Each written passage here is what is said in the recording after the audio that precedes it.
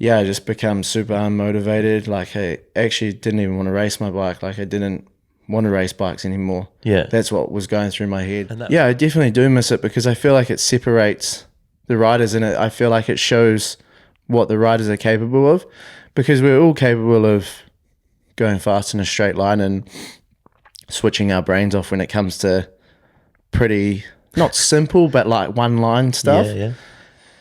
And so like I looked at everything in a negative way, whereas now I look at everything in a positive way, and I think like being positive rubs off on everyone else. And like when one person is negative and not doing great, it brings everyone else down in the team. Yeah, totally. And I feel like I wasn't the only one doing that, but like I was definitely a big part of it because I was in such a bad place. Yeah. Brook Macdonald, welcome to the Downtime podcast, man. How's life treating you today? Good. Back in Europe after 9 months of no racing. Well, what seems no racing for me. I only did a couple in New Zealand, and back in Europe, and we have a new bike, so life is good. Yeah, let's talk a bit about that. So we've had one round of the 2023 World Cup so far. It was a long wait for everybody, fans, riders, teams, but we got there. How was round one for you? In all honesty, it was really good. I like as an athlete, you always want to do better. So the result that I got, I obviously wanted it to be better. But the whole weekend for myself was really good. Like I was super nervous and pretty stressed with going into qualies, semis, and finals, because I knew how high the level is of our sport now. So like, I mean, everyone from 1 to 60 is going fast, and they can do something on the day. So it's I guess it's pretty intimidating and pretty scary. And for someone like myself who's pretty seasoned and should be used to that, I guess changing formats and stuff like that, it's kind of scary. But overall, it was really good. Like I actually didn't have too much time on my new bike. I had 2 weeks before the first round, so that was more so just getting used to the bike and getting it set up and whatnot. So realistically, I only had a week on it at like speed. So all in all, like good weekend for myself. Like I definitely learned a lot about the bike and what I could take from Lenzerheide and bring it into Leogang with, changes that I can do and set up better for myself to hopefully make myself go faster. Nice. How you qualified 33rd, which is the almost like not where you want to be, I guess. It's fine in qualies, but you want to be a bit faster than that come semis so that you don't get cut out and miss the finals. Like, how did that feel? Did that add to the nerves, or did it help you realize that you were pretty close to being where you needed to be to get all the way through to the big show?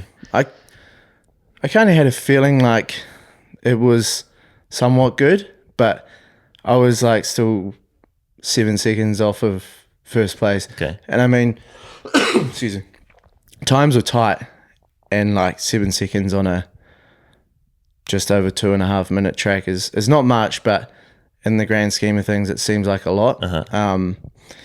So I was like, man, how am I going to find 7 seconds going into semis? Because I feel like going into semis, that's something that you need to do to be in the top 30. Yeah. And I had a pretty good run in my semis, like a few small mistakes, but nothing drastic, and something that I could tidy up for finals. But that was pretty nervous because I think I was maybe, I can't remember what I was. 25th in semis, I think. Yeah. 25th in semis, so it's cutting it fine. When you talk about 30 riders going through to the finals. Yeah. So I really didn't know if my run had got me into the finals. Okay. So it was quite stressful sitting at the bottom, like am I going to make it through or not? But Yeah, I guess you've got to wait for everyone to be down before you know, right? Unless Yeah. you're like way up the timing sheets. yeah, exactly. Yeah. And I feel like that's probably the most least stressful thing is coming down and being in first place Yeah. in semis, because then it kind of takes a bit of pressure and relief off yourself. For sure. But yeah, we made it through the finals and finished 25th, I think you're 25th again, right? yeah, or 28th, I think. Okay. No, I can't remember anyway. Okay. Anyway, made it through to the finals. Yeah. And I feel like that's a big achievement in itself. For sure. These days, hey. Yeah, these days, I mean, everyone's so fast, and Yeah. I feel like you've definitely got to hang it out to be up there with the top boys. But yeah, I think like now with the 3 races, I think making finals is such a big thing. Yeah. Because 30 riders is not much. So yeah, it was a good weekend. Yeah, stoked. And you decided the crowd hadn't had enough entertainment, so you put on a little show at the finish line for them? Yeah, I misjudged the finish. Like, I was meant to pre-hop into the downside of that, the scaffolding, but my timing was well out, so I kind of just pulled up and landed on the gravel, and definitely wasn't stopping in time, so I had to pull a handful of brake and tuck the front, Oh, or no. otherwise I would have been in the barriers. So Yeah, probably took the best option. yeah, I mean, I said to my coach, like, hadn't crashed all weekend, got a crash out of the way. Yeah. The got it crash done. was over the finish line, so that's the most important thing. Classic. How did you find that new format then? Like, first time for everyone doing it? Yeah, I actually, like, now I look back on it, I liked it a lot. At the time, I was like, I don't know how I'm going to do this, like, especially going into Val de Sol, like a track that's super gnarly, and trying to do 3 races on that. I think that'll be interesting to see how that goes. Yeah. But, like, yeah, I think overall it was pretty good. I definitely liked watching the finals because it was cool to see, like, everyone going faster. Yeah. I didn't think they'd go under a 40. I thought it might have been a 40, low 40s.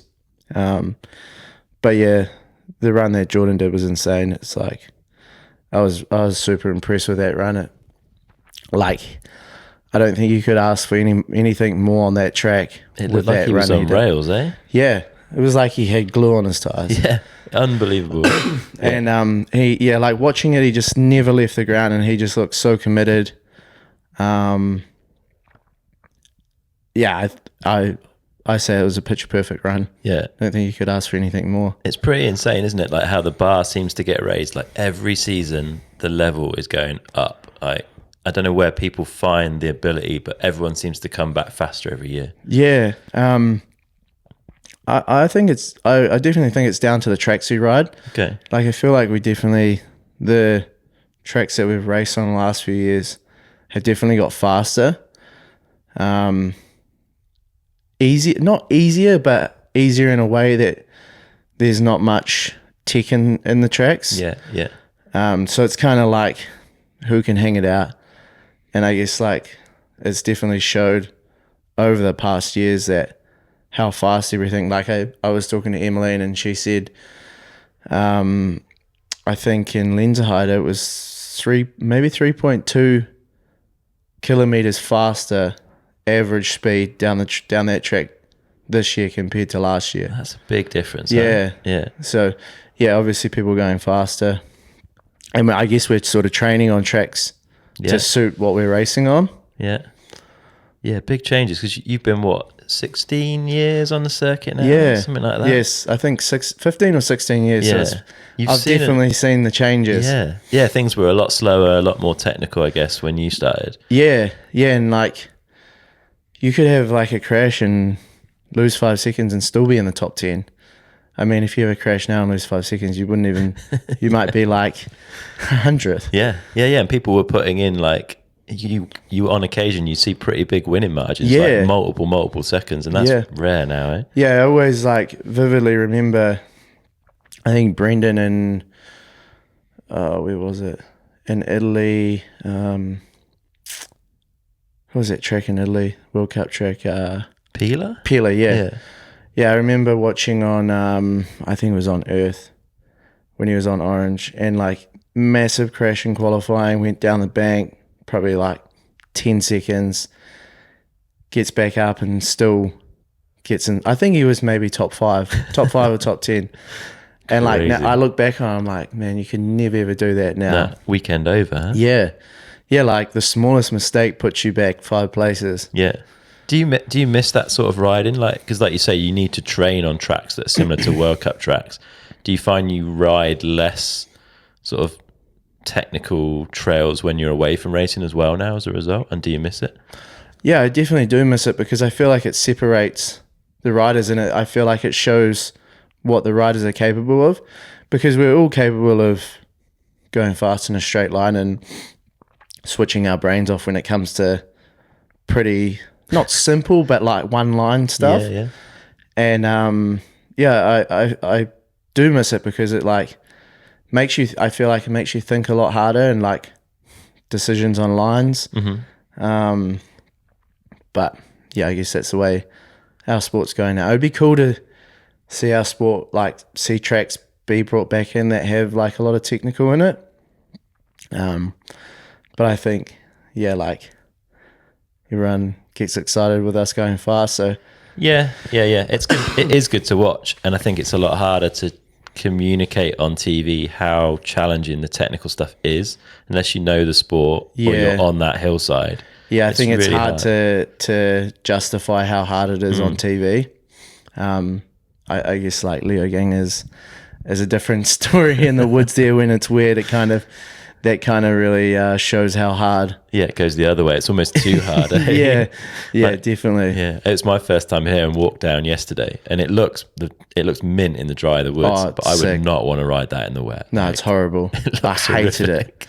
Like everything else on the track feels so easy until you get to the woods and you're like, oh man, what is gonna happen? It was like I don't know. I just feel like you were chucking yourself down there and hoping that you'd come out the other end with no mistakes. Yeah. Like I went back last year and watched the replay and watched Walker's run through there, and like he was textbook through there, like didn't drop a foot, like just was so confident and carried so much speed through there, which I think like is where he won the race. I feel like the race is won or lost in that woods, and if you can get that good, you're definitely on for a good result. And obviously that showed last year, and like super easy to make mistakes in that woods, especially when you're trying to push.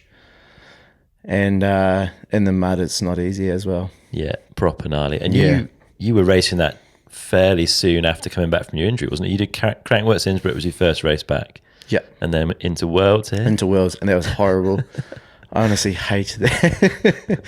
It was miserable. Like, yeah, because there was snow and all sorts, eh? Pissing down with rain, and just like those woods were just so hard to ride.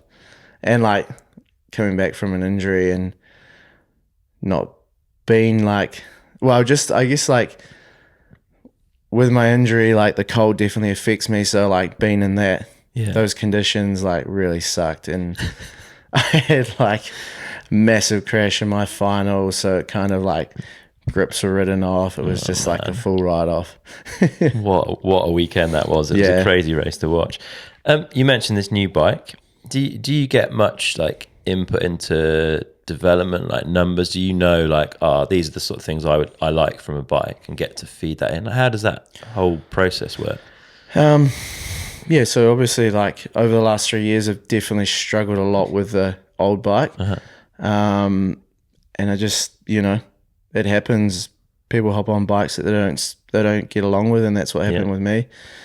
So yeah, like I guess the 3 years we didn't really do much development and couldn't really change much on the bike. So luckily this year, my mechanic Jake, he's an engineer also, so all our feedback that he took from us of what this current or the previous bike was doing, he changed a lot of that and put it into a design and basically designed us a bike. Nice. based around all our feedback. Yeah, that's pretty cool. So Jake's had a big hand in this new Massive model. hand, like pretty much done everything. Obviously with the help of Yeah. engineers from Mondraker, but like a lot of I think all the design down to all the geometry and Fair play. stuff like that. It's pretty cool. Yeah. And And he was the first one on the bike, right? He Yeah. spent some time on it, getting it like... he spent some time in Spain, doing some riding with the guys, and I think just seeing if everything worked and that sort of thing. So I think it was a stressful few months for him because obviously he's designing a bike that's he wants to suit a World Cup racer, and only the thing that he wants is when we hop on it, it's going to be good. So I think it was pretty stressful for him, but he's done an amazing job. And like for myself, I feel like for anyone that is deep in the sport and knows a bike, can hop on a bike and tell straight away how good it is. Okay, yeah. And that was my first feelings. And it's crazy, like how much impact and change a good bike has on a person. Because last year was by far my worst season and by far the worst person that I was in myself. Like I was just in such a negative headspace. Like everything that Jake and I did, we just literally went around in circles. And I felt like the weekends of racing were like testing weekends, and basically finding a setting that I was most comfortable for racing. Yeah. But even coming to race runs, that was never the thing, because obviously going so much faster. So yeah, it was difficult, and like I struggled so much, and I've never ever been in a position like that. Obviously I had been, but like earlier on in my days, and I think, getting older and realizing the impact it can have on you is massive. And I don't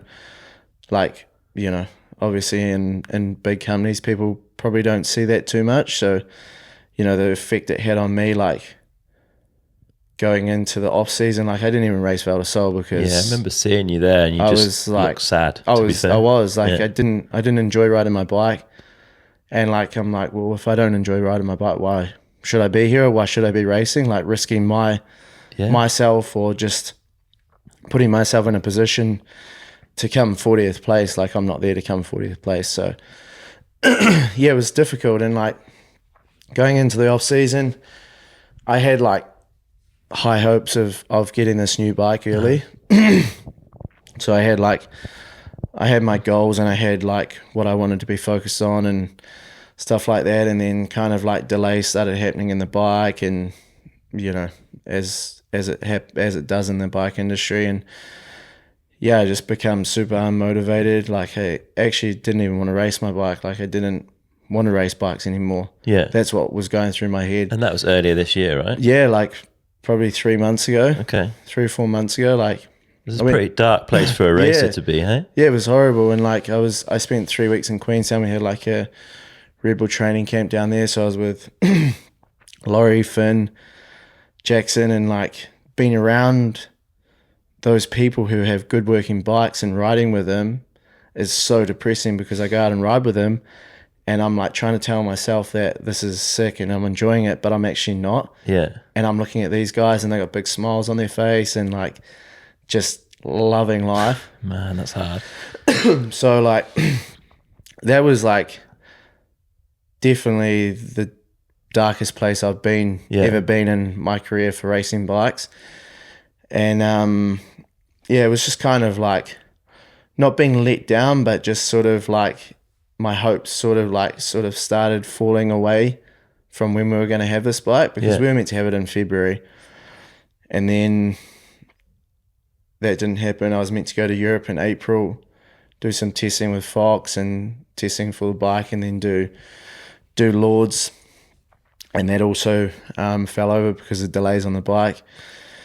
And I was just like, man, this is like, what do I do? Like, do I even want to carry on racing? Because like I'm putting all my energy and hard work into my training, but I'm not seeing any return like Yeah. at that point of time.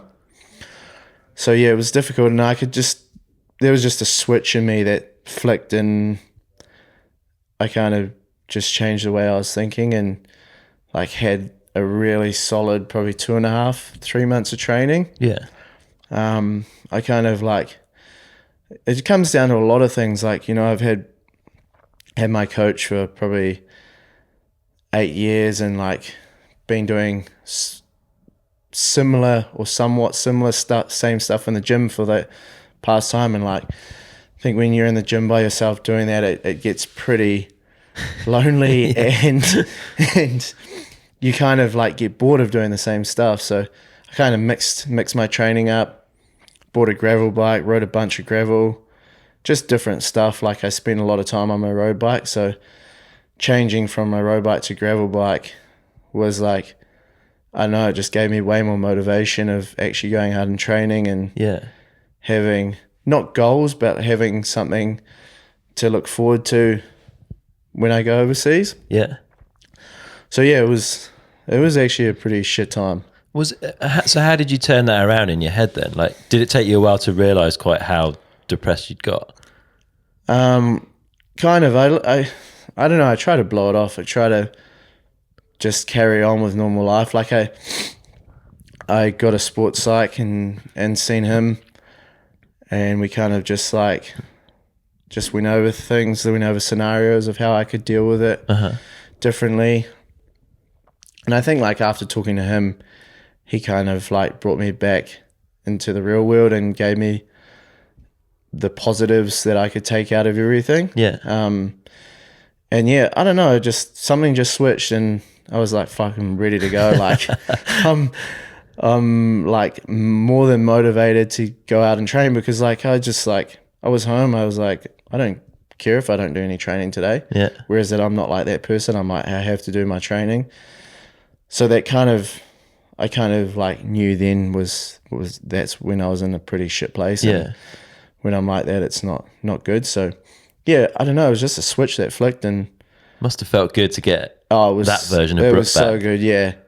And I could come over here, and like just riding over here, I felt fit and strong. So like definitely back to my old self, and like I think like everything sort of fell into place. Like not ideal having the bike 2 weeks before a World Cup, but Right. I mean, better late than never. So we were kind of like, it just, nothing else. When I got that bike, when I hopped on it and I rode it for a couple of days, I was like, nothing else around me affected me. Yeah. Whereas like if it was the other bike, it would. Okay. And all the small things would affect me. And so like I looked at everything in a negative way. Whereas now I look at everything in a positive way, and I think like being positive rubs off on everyone else. And like when one person is negative and not doing great, it brings everyone else down in the team. Yeah, totally. And I feel like I wasn't the only one doing that, but like I was definitely a big part of it, because I was in such a bad place. Yeah. So yeah, it's crazy what something good can change in someone. Definitely, man. It takes a lot to admit that as well. Yeah. Right? It's not easy to say, "Oh, I was a bit of a dick last year. Like this wasn't good." And No. but Yeah, now I look like, I guess at the time I did know, but I didn't want to know. Yeah, And yeah. now I look back on it and like, yeah, just seeing the person I was then to now, it's totally different. big change. Yeah. It must have felt good to swing a leg over that new bike then Yeah, and it get was going. good. It was really good. It was just, I don't know, it was just nice to ride a good bike again, like an actual World Cup standard bike, like Yeah. a race machine. Yeah, it was really good. I bet Jake was stoked as well to see you happy, like after all that development. I could tell he was pretty stressed. Like the couple of days before we started testing, he like when I come down from my first run, he's like, you see on his face like, what is this guy gonna say? Amazing. Yeah. How do you go about getting up to speed on a new bike? Do you have like a process that you personally go through, or like how do you get ready? I don't know. To be honest, I haven't like had that feeling in a long time. So it was just great to jump on a nice bike and just rip. Like we did because our bike has quite a few options of changes. So I did first day just riding the bike and getting up to speed, or just getting used to it. And then the second day we did some changes with some stuff and went back and forth and just explored what the bike could do. Yeah. But yeah, there wasn't really a process. I kind of just rode the bike and got on with it and see what you like. Yeah, see what I liked. Didn't like this, we'll go back to this. And it wasn't it wasn't that I didn't like it, but it just didn't work. It didn't suit it wasn't for me. as good. Yeah. And the good thing with this bike, there's I think 3 or 4 different individual changes that doesn't affect anything on the bike, like geometry and stuff. So okay. Yeah, we did a lot of that, which is awesome. And just sort of found the sweet spot where we can start and go into the first race. And yeah, it's just I think enjoying riding the bike was the best thing about it. Yeah. And I went into Lenzerheide and it's the same thing. I didn't actually change too much on the bike, didn't change too much to my suspension. And I think that was just because I was so happy to be riding and feeling comfortable on a bike. I was like, fuck, I don't need to change anything. This is all good. Let's go. Yeah. And then going back on the footage, I'm actually there's a lot of things that could have been changed. Okay. But it's all learning and I guess I think Lenzerheide was a great place for us to take away a lot of stuff and change to coming into Leogang. Yeah, proper good start. Yeah. Definitely, man. You've got the covers on the bike still, obviously, whether they need to be there or not, or whether it's just to keep us all excited about what's underneath it. Do those covers, do you notice them at all when you're riding? Not at all. Okay. Not at all. They were, because the covers we did have were quite big, so I think they were quite worried about the wind and stuff like that. But to be honest, I never noticed anything. Okay. They don't make any noise. No, I don't make any noise. They're kind of nicely fitted on the bike. Yeah. Yeah. They're quite slick. Yeah. I need to swing by the pit and have a proper look. I haven't had a chance to see the bike up close yet. So come and see that later on. Yeah, come have a look. So like I said, you've been doing this a while. 2008, I think, were your first World Cups. Yep. So 16 odd years on the road, right? You come from New Zealand. So I'm guessing you spend basically half your life in Europe or North America. Yeah. How is that? I mean, it must be pretty tricky to almost live 2 different lives. Yeah, I guess it is. At the start, I guess the first trip away in 2009, I was away for 6 months. I was 17, and I got not thrown in the deep end, but 17-year-old coming from New Zealand. Yeah. With my stepdad coming over, he spent 2 weeks with me before wind turned up, and when it obviously experienced that whole traveling by yourself and living by yourself. So I didn't really know too much. And we shared an apartment in Italy for 6 months. We kind of went back and forth there between races. And I think that's where I learned a lot of life skills. Yeah. Definitely. Wind's the man. Wind taught me a lot. He's the man that definitely helped me get to the place I am today. Yeah. And I definitely I think he had a big impact on building the person I am today. So yeah, going back to traveling and coming from New Zealand, I think, that was definitely not difficult, but I didn't really know what it was like to be away from home for 6 months. Yeah. But it was good because I learned a lot. I got to race my bike a lot. And I think over the years, probably, I guess the biggest was when I got a girlfriend and I was on trek, and being away from her was difficult because obviously new relationship, having to be away for sure 2-3 months is not easy. And I guess over the years I've kind of just got used to that, and now it's a lot easier for me to be away. And it's a lot easier to stay away because I feel like the travel between Europe and New Zealand is so long, brutal, and you're losing two days, and then plus when you get home, it's a week to get back into your routine, and if you're home for 3 weeks, it's only 2 not weeks worth left. it. And Yeah. so, and I guess with the racing and how high the level is, you don't really want to be away from not riding your bike and Yeah. testing and doing that stuff. So yeah, it's definitely got easier to be over in Europe for a longer period of time. But I'm very fortunate because I get to spend summer to summer, and I don't see a winter very often. That's pretty cool. Yeah, so it's been 16 years of summers really. Nice. Do you find a way to like keep in contact with family, girlfriends, that kind of stuff? Like, do they come to see you in Europe for a bit, or?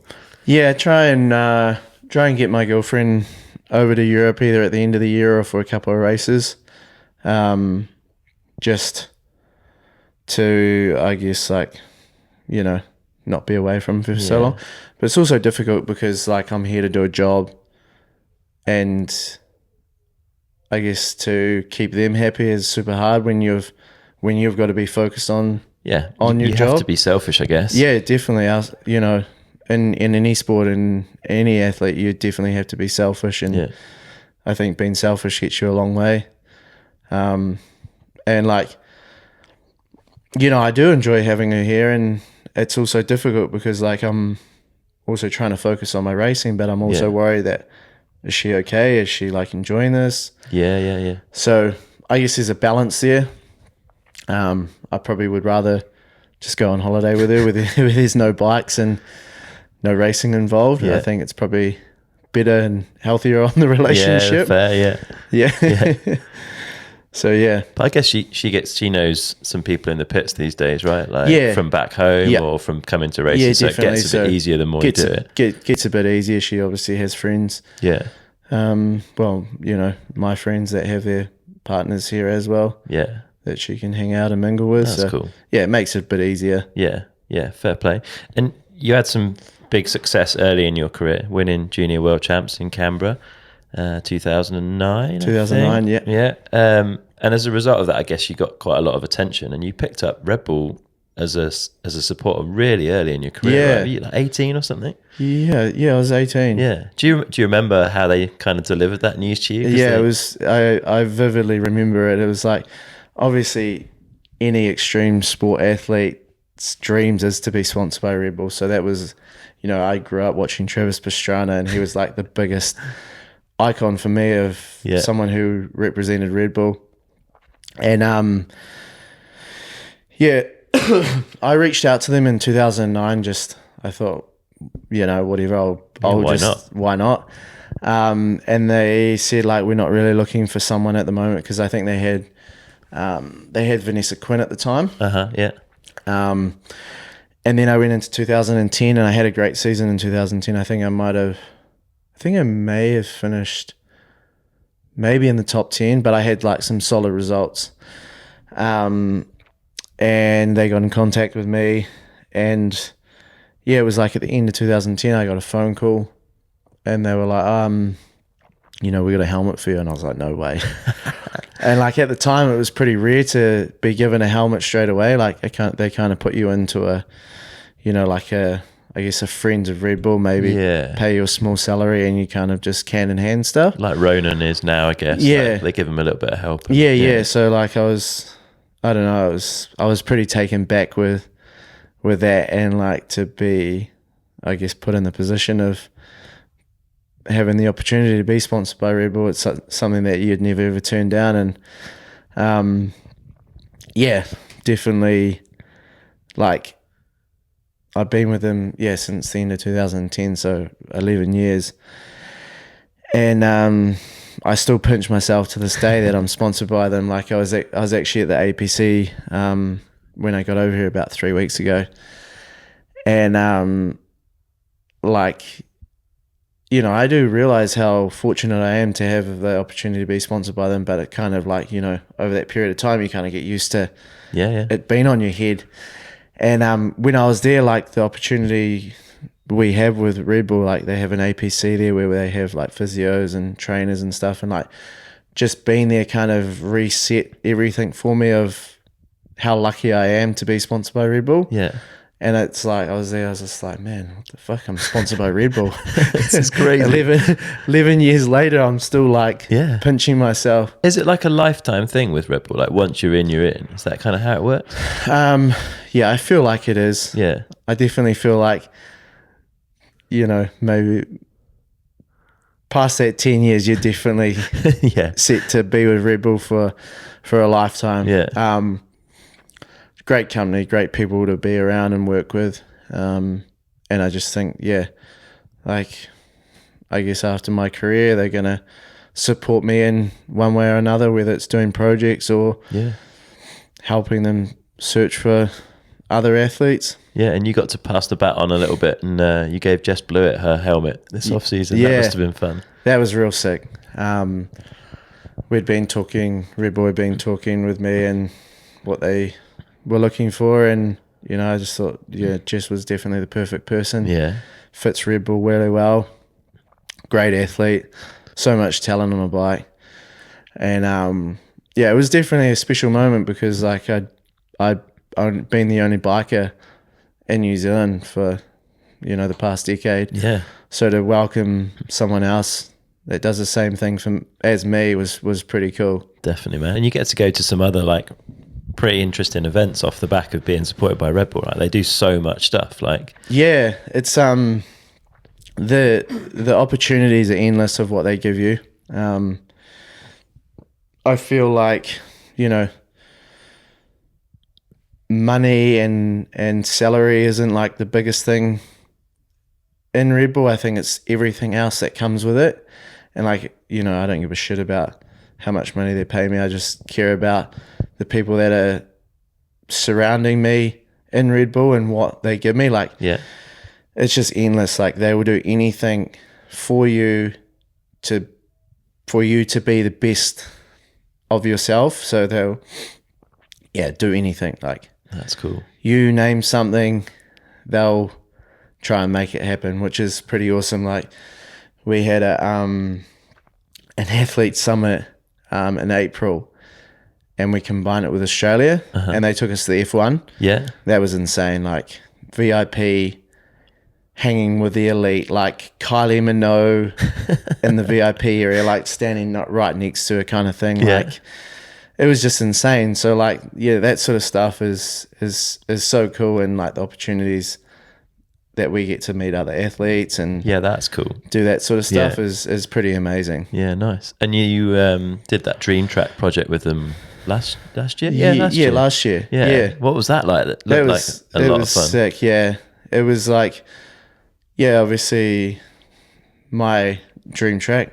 Yeah, the dream downhill track that I wanted, and we created that with Remy and Flux Trails, and those boys smashed it out in like, I think 3 weeks. It was crazy. No way. Yeah, that's a big track, eh? Yeah, it was like a proper downhill track, like 3.5 minutes, or just under 3 minutes, like 3 minutes, but with big features as well. Yeah, it was sick. And like that was such a cool opportunity to do that. And they made it happen so quickly. Like my athlete manager, I had always had this idea in the back of my mind, and it'd been sitting there, but it just never had got put through the system, and we never really got around to doing it. And a new athlete manager come in, and he was just like, man, we need to do this. So within probably 3 or 4 months, it was like from the idea to budgets to building to filming was pretty crazy. It was pretty sick. That's pretty cool, isn't it? They can do stuff like that. Yeah. So just endless opportunities. I've actually got a project that we're kind of working on now. It's going to be pretty outrageous. Interesting. Can you tease any more on that, or is it? I mean, I want to keep it pretty hush hush now, but I think if we get it going, it's going to be pretty insane. Interesting. It's going to definitely make people scratch their head. Okay. Oh man, I'm scratching my head already. That sounds pretty cool. Nice. So we keep coming back to this. You've been doing this a long time. Where does your inspiration come from now for riding, for racing? Like, who do you look to? Because I'm guessing those like figureheads have probably changed a bit over your career, right? Yeah, definitely. Obviously, the likes of Sam Hill, PD, Yeah. Minar, those boys have been such a huge figure in my life. And when I was racing, those were, like the top boys that I watched and I dreamt of being like. And I guess I still look at those guys as a big inspiration to me. Definitely Minar. He's 41. Yeah, it's mad. It's crazy, and he's still capable of winning. Yeah. And it just blows my mind that someone so great can keep going like that. Yeah, it's very special. There's It never been anyone is. else And like that. Like as they say, there's always a GOAT in every sport, and he's definitely the GOAT in our sport. Like the consistency the guy has on him, and you never ever rule him out. Like No. he might look slow as anything on the first day of practice, but it's like you never ever rule him out because he's always he just knows what to do. Yeah, he knows how to solve the puzzle. He knows, exactly.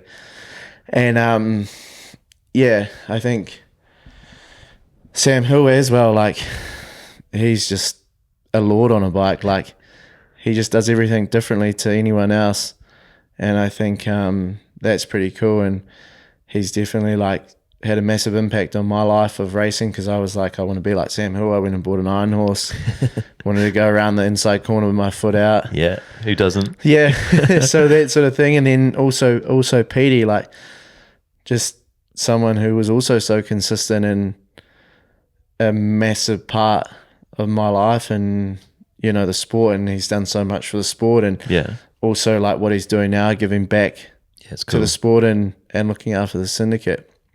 But I guess I don't like to say this because I'm pretty humble, but I think after my accident, I'm probably the biggest inspiration to myself because That's cool. of what I went through and fair how play, I mate. come back from it. Yeah. I think that was, I don't know, I never ever thought I'd be able to do that. Yeah. I did deep down, but Yeah.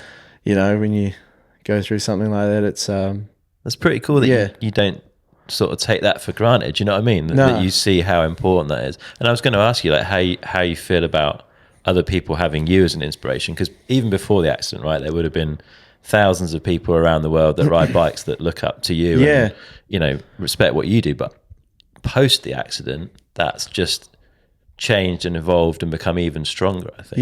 I think so. How's that felt for you?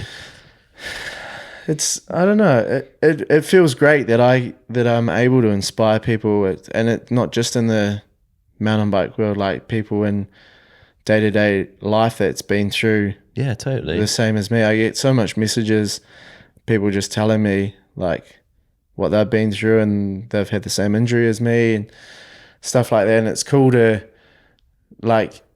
see that they come to me to tell their story. Yeah. And it's also hard to process it all and understand what they're going through and being able to reply. But I think I definitely enjoy being able to give back to people on my story and what I went through and the process that I had to go through. And I think it's cool to be an inspiration to people. I never ever thought in my lifetime that I'd be inspiring people to get back to doing what they used to do from an injury, because an injury affects it affects people in different ways. Yeah. And I feel like if I didn't have the drive and want to get back to doing my day-to-day job, I think I felt I probably could have just been happy with, being able to walk, not being able to ride my bike. Yeah.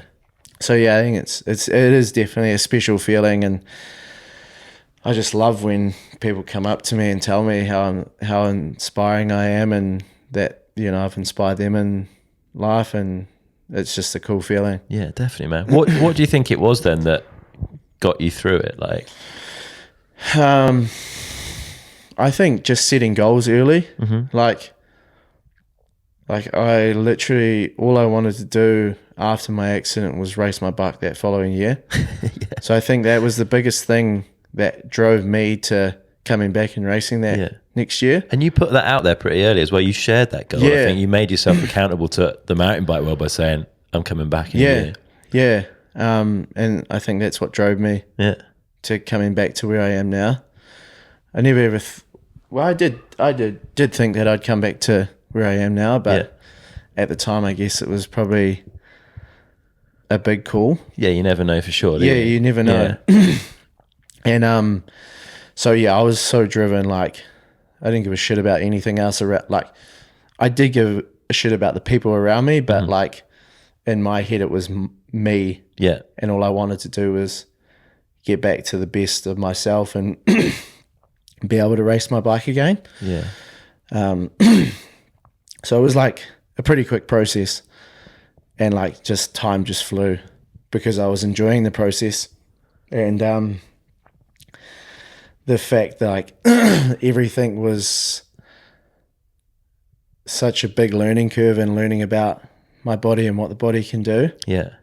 And I guess you see progress quite quickly because with riding, when you get to a certain level, like all of you guys are at, I'm guessing it's kind of hard to make big gains like all the time. Whereas with what you were going through, week to week, you could probably see like, oh, well, this week I can do this and I couldn't do that last week. Like there's a reward in that maybe. Like there was a huge reward week to week, and I've seen so much progress. And like they do say like it sort of plateaus out, but I never ever seen that. Okay. And I was kind of like nervous when I got told it. The process kind of plateaus out. You'll just kind of go to a point where nothing will change. But I felt like I did go through a point like that, but nothing that held me back. Yeah. But it was just, I think like every week that I was progressing was also another achievement for me. Yeah. Which also drove me and gave me more confidence in getting back to racing my bike. Yeah. How is it all now? Do you have any like lasting effects from it? Like, to be honest, I feel like I'm the best I am now. Like better than before. Better than last year. Yeah. Like I had a lot of back issues last year, like crazy back issues. And yeah, I don't know, I feel different in myself. Like I definitely feel like each year I say I feel like I'm normal again. Yeah. But it just keeps changing, and this year I definitely feel like I'm back to 100%. Yeah. And I feel like I'm different in myself. I feel like I'm probably, better and stronger than I was before. Yeah. But I definitely do have some long-term lasting effects. Okay. Obviously nerve damage. Yeah. So like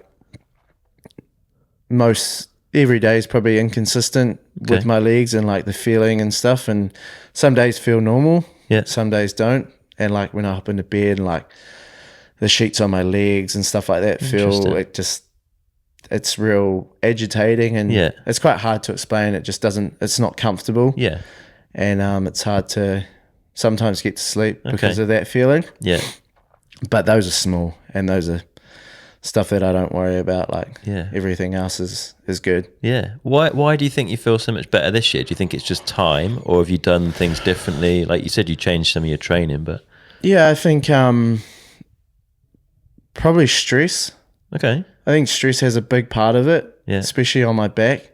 I definitely feel like when I get stressed, it impacts my back. Yeah, because you kind of tighten up don't you, when you're stressed without really realizing you're doing it. So obviously, like when I got over here, I went to ABC, so I did a bit of training, and I felt really good from there coming into here, like with the new bike. So like everything was stress free. Yeah. Which I feel like has definitely helped and impacted on my body. Nice. I had a bunch of bloods done too, and I was lacking a lot of stuff. Okay. So I got on some medication, which helped all that stuff, and I definitely feel different. I feel like my body's a temple. Yeah. I was gonna say, do you focus more on like what you put in your body these days? Definitely do. Like I do treat my body as a temple, and I think that's so important because the sport we're doing, like especially we're going back to back in racing, you want to Yeah. be at the best of your ability and, you know, hyper focused on everything. Yeah. And has the riding changed as a result of the back? Like, physically, do you feel you ride with the same technique and style as before the crash, or have you had to adapt? Well, I feel like I had to adapt to the old bike and change my riding style drastically to make the bike work for myself. Yeah. And it's crazy. This year, I actually feel like my old self, like back to my old riding style. I definitely feel like last year, just small things, like even doing a manual or a wheelie, like I always felt like when I did a wheelie or a manual, I'd always be pulled to the left side. Okay. And I had a lot of trouble with my left side of my back. Yeah. And I think just the fact of being imbalanced had a massive effect on that, and also riding.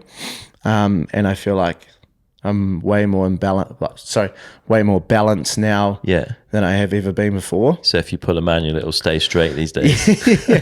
Yeah. It's a good test. I know. And it's like, it's the smallest of small things that build your confidence and stuff like that. Definitely, like it's crazy what it does to you. Yeah.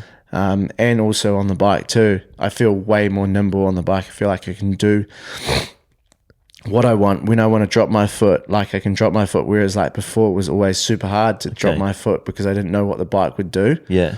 So it's just, it's all that small stuff. Coming into a good place, man. Yeah, really good place. Nice. Well, we should start wrapping up. We've got our final 4 questions, but I think a lot of listeners would kill me if I don't ask before that. Like, for your advice for people coming back to riding and racing from injury, like any advice that you'd give people to help them get back up to speed?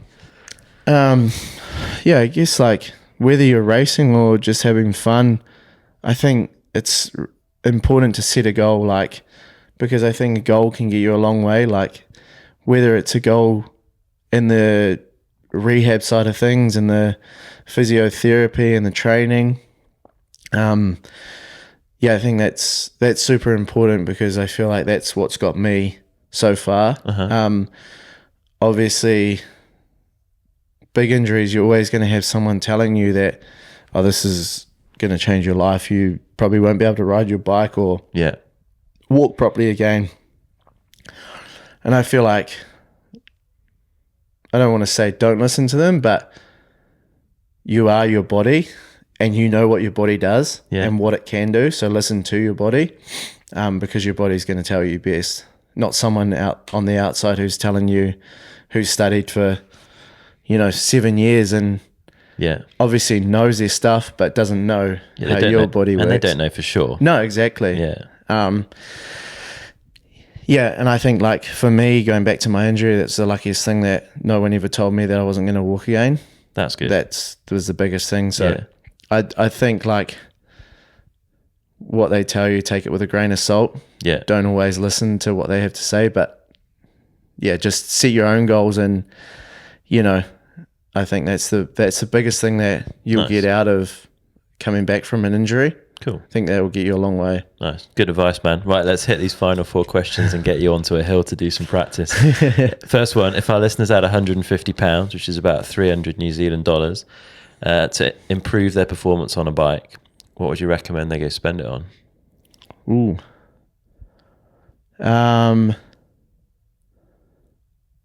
Probably skills training. Okay. I feel like skills is such a big thing on a bike, and that's what everyone wants, to have skills, have better skills. Yeah. So I think find someone who knows what they're doing and spend the money on that. Good advice, like it. All right, second one. If you could wind back the clock and sit down with yourself age 16, what are you now, 31? 31, yeah. 31. So half your life, pretty much. What advice would you give 16-year-old Brook? Ooh. To be honest, I feel like I'm happy with all the advice I've given myself. Okay. Probably back in like, 2002, 2010, 2011, 2012, I would have probably told myself to train. Not just ride my downhill bike. Yeah, okay.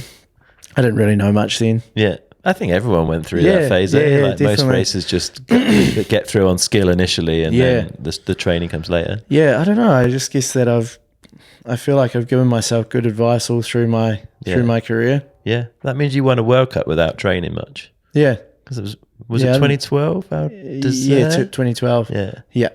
I guess back then training wasn't a huge thing. It was getting that way. It was definitely getting that way, Yeah. like especially when the era of Aaron Gwynn come in and he's Jack dude who's riding a bike that's got 110 psi on the forks and it looks so rigid. And G was definitely training hard. G was definitely a guy that was training really hard. I think everyone was, but I was just in that phase of whatever, ride my bike and have fun. Yeah, fair play. It worked, didn't it? Yeah. Good stuff. All right, next one. If you could have a coaching session from anyone, past or present, who would it be and what would you want to learn from them? It doesn't have to be within the biking world. It could be wherever. Ooh.